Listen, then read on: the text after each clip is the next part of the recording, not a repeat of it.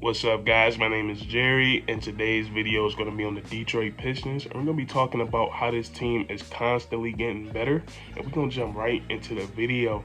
I feel like the Detroit Pistons did something a couple of nights ago that's going to help their development out a lot in the long run, and let's get a quality win without Cade Cunningham. And usually when Cade isn't in the lineup for the Pistons, they look really bad, but that hasn't been the case over these last two games. Now, Cade has missed the last two games. He's been dealing with an illness, and the first game over this 2 game span was against the Miami Heat, the best team in the Eastern Conference, and the Detroit Pistons was able to keep that game close all the way up into like the halfway point of the fourth quarter. Then we just let the game slip away from us. But the point is that the Detroit Pistons was able to be competitive with the best team in the Eastern Conference for that long without their best player. And then we go to the Thursday night game against the Orlando Magic, and they get a good team quality win over those guys. And it might be the Orlando Magic, they're the worst team in the NBA, but when you're a young developing team like the Detroit Pistons with only 19 wins on the season, every win is a great quality win. So, and I feel like the ability to win, be able to win ball games without your best player or without your best players is very important, because just the way the NBA works today, it's a rarity that we ever see a superstar play all 82 games. It's just something that the NBA has strayed away from. And whether it's a load management night, a rest night, or your best player gets injured, it's just very important for the team to know how to step up and fill in the holes that player is leaving. And we seen the Detroit Pistons take the first step in that right direction Thursday night against the Orlando Magic. And just to put into terms of how important it is, you look at a team like the Phoenix Suns, who's been without Chris Paul, who's been without Devin Booker, or they've been missing both those guys at the same time.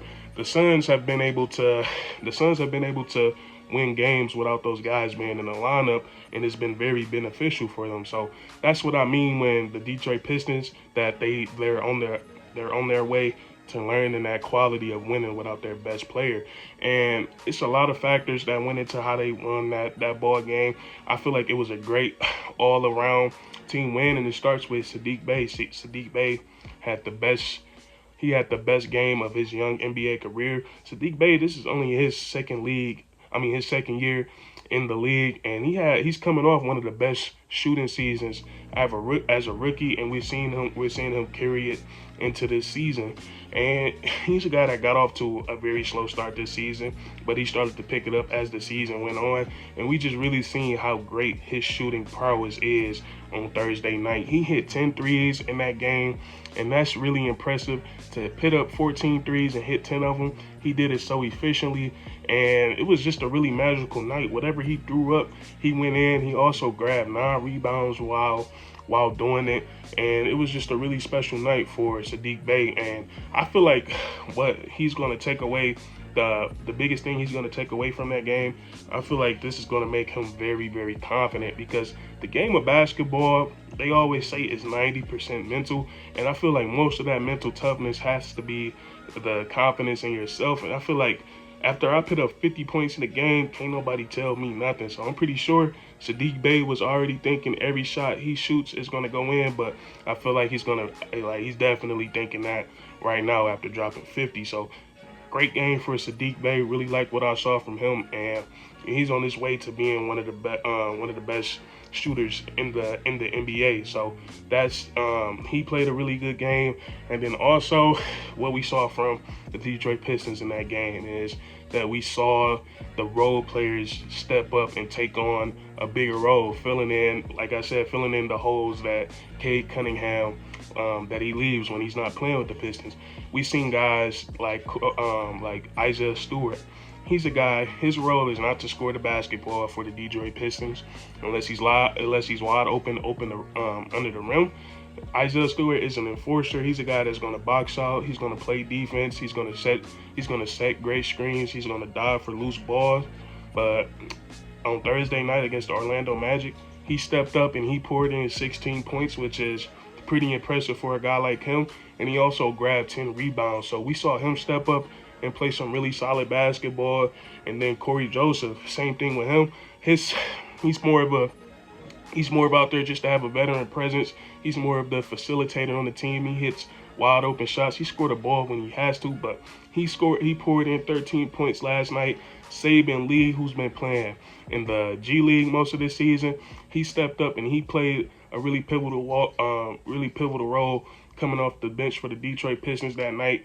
And then that's that. The role players stepped up, and then also Marvin Bagley, his impact for the Detroit Pistons is starting to get bigger and bigger every night, and his presence down low is really starting to open up a lot of things for the Pistons.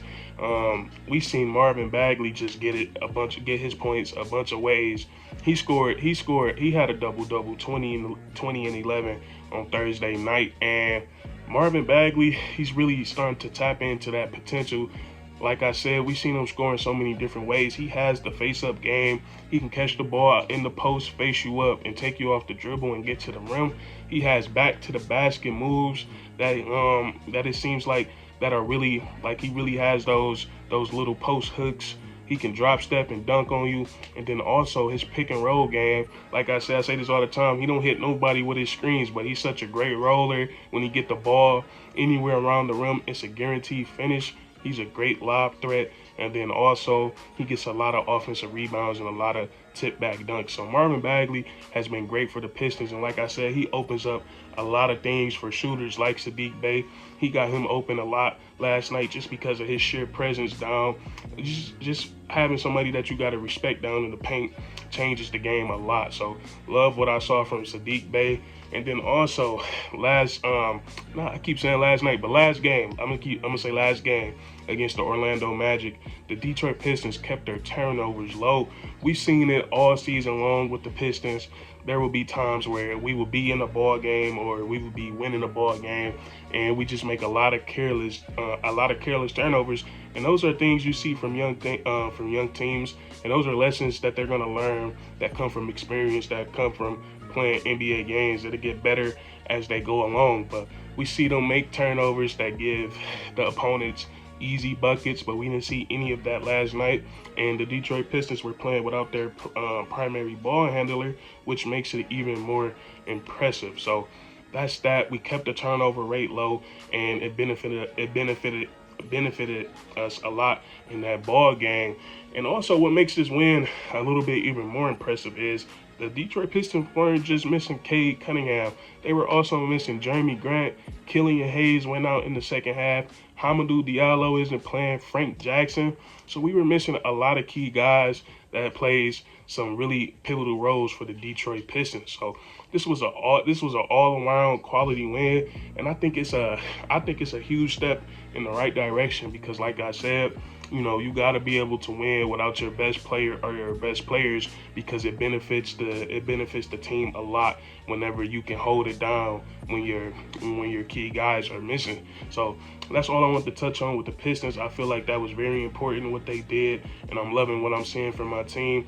And if you enjoyed this video, leave a like, comment down below if you agree or disagree, and then subscribe for more weekly content. We do this all the time, man. And that's curtains.